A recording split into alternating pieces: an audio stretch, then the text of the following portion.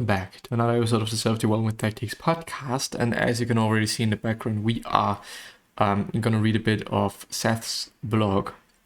So Seth Godin, marketer, if you do not know about him, he has been blogging every single day for, I don't know, only God knows for how long, but it's really been quite some time. I would actually say several decades, but I am not quite sure, and therefore, take it with a grain of salt, maybe. Anyway, the first one, or the latest one from today, indeed. That is interesting. Oh, today is the 1st of March. I didn't notice that. I did not notice that. That is interesting. Anyway, the unaware snoop. Here's a breakthrough that is about to happen somewhere. A GPT that reads every email that anyone in your organization has ever sent and makes it easy to ask it questions about what the entire organization knows. The person could probably not find the time, bandwidth, or privacy constraints to do this. But this accessible but unembarrassed database tool could quickly become a huge asset for any organization that installed it, even a soloist. Tell me who I know or what I know about X, Y, and Z. Or consider the power of a network. If my colleague opt in, I can simply ask the AI, tell me who in my network is the person who knows someone at this organization or is really interested in that topic. Of course, there are huge privacy implications, but your work email has never been private anyway. I think so too. I mean, there are probably some ways in which your employer can kind of read all of them. I don't know how these things work, but that really sounds good. And I do not like this whole, how should I say? I mean, I believe often the whole AI things, especially with GPT being really often used also, from students doing their homework and whatever. I do get why a lot of people are upset about it and think that, it's, things are coming closer. Some people fearing their job being overtaken by robots and the AI and whatever. And people in general just being upset about it. Also with art and artists being artists or people naming themselves artists that are quote unquote just typing in some words and generating images and then uploading them for certain contests or also printing them and handing them in and whatever. I think that it's it should be viewed in this way of, okay, there are several things that we are just not having the bandwidth or the ability to do. And this is some great stuff that AI can do and that can help us. I think it should be viewed as a tool also for designers everywhere. Like, of course, there is some logo generator that can generate you some logo or Midjourney can also generate you some logo, but in the end, it is an image and you have to vectorize it then and so on and so forth, unless you're a really small company or just a soloist and you do not really care about your logo being extra fancy and or quote unquote well designed, then of course just use the fucking JPEG that you can download from Midjourney and whatever. At my point of view, design to some degree is definitely overrated and or quote unquote good design, especially also because it is so subjective, but using it as a tool, using it in a way so that you're making your life and I think also in the end yourself better. I for example have been using ChatGPT for some really fucking repetitive tasks that I had to do for uni.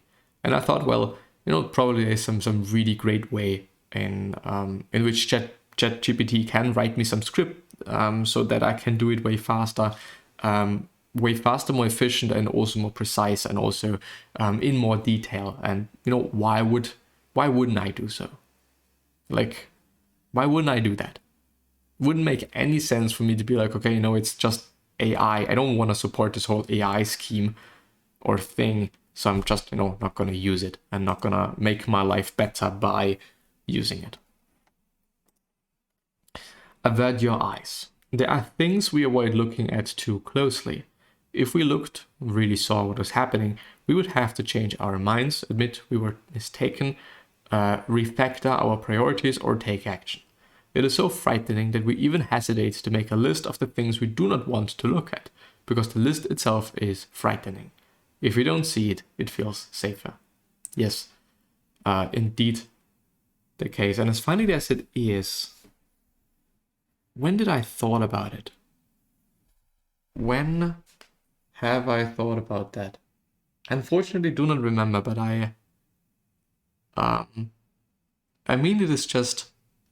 it is those things that we are trying in our minds to not think about. Not even, I think mostly not even consciously being like, okay, I don't want to think about that. But, it just gets pushed away. There is some sort of boundary that does not let certain things in our conscious mind. And I think there are tons of things that people, including me, do not really want to see, think about, and so on and so forth. I mean, certain industries just as a whole could be part of that list, I guess. Like, especially when it is about food.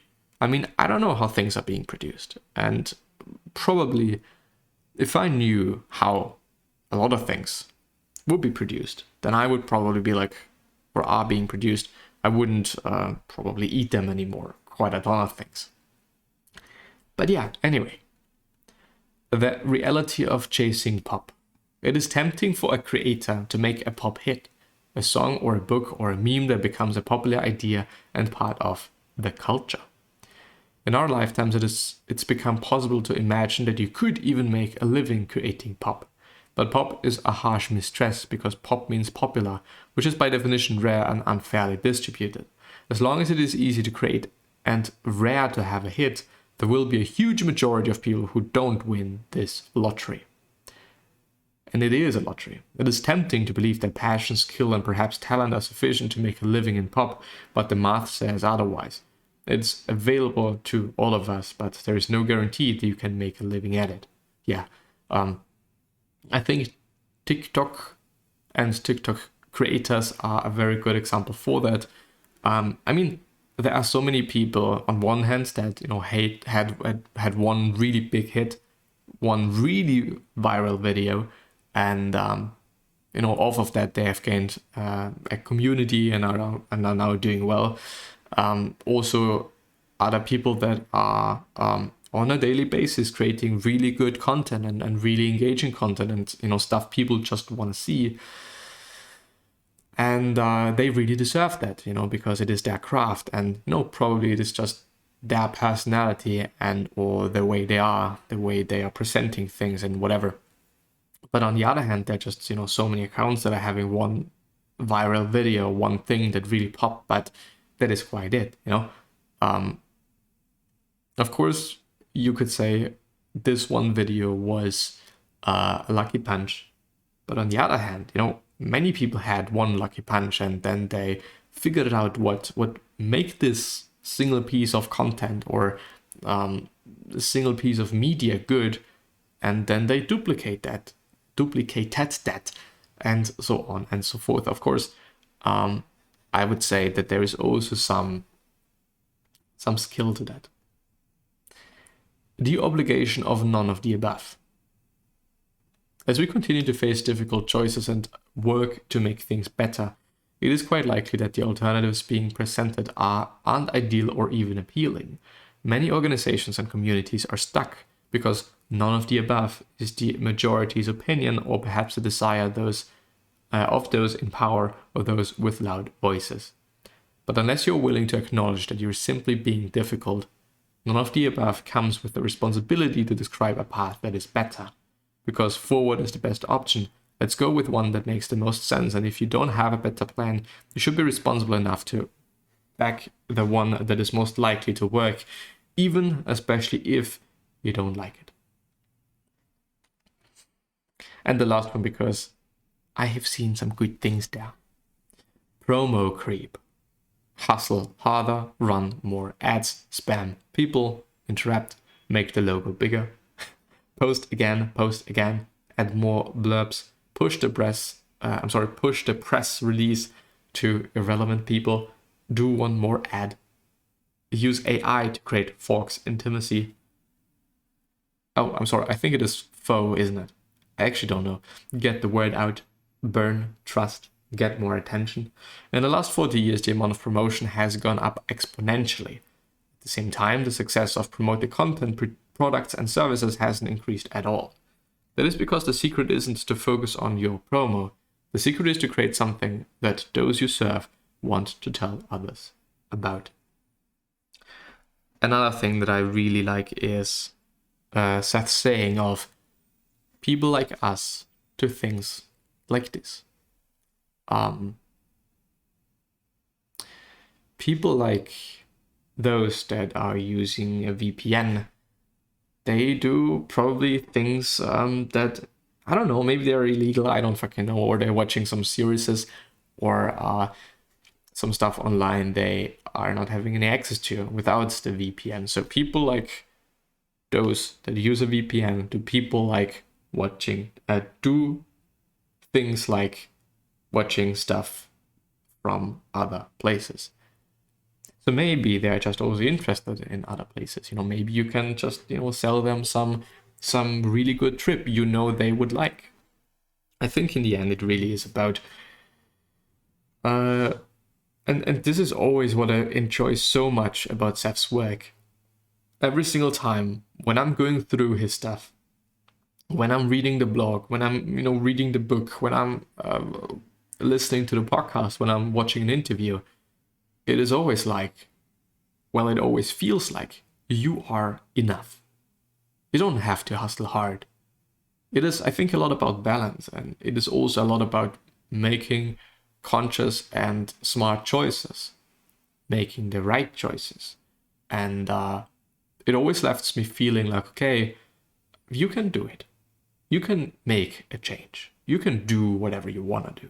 You can create this, you can create that, and so on and so forth. It's just so incredible to me that he is able, and maybe it's just his personality overall, or just my view of his personality, that lets words feel so good, I'd say. But yeah, with that being said, I'm gonna end the episode here. I wish you the best and hopefully see you soon. So make some change. Make some good change, I guess. But yeah,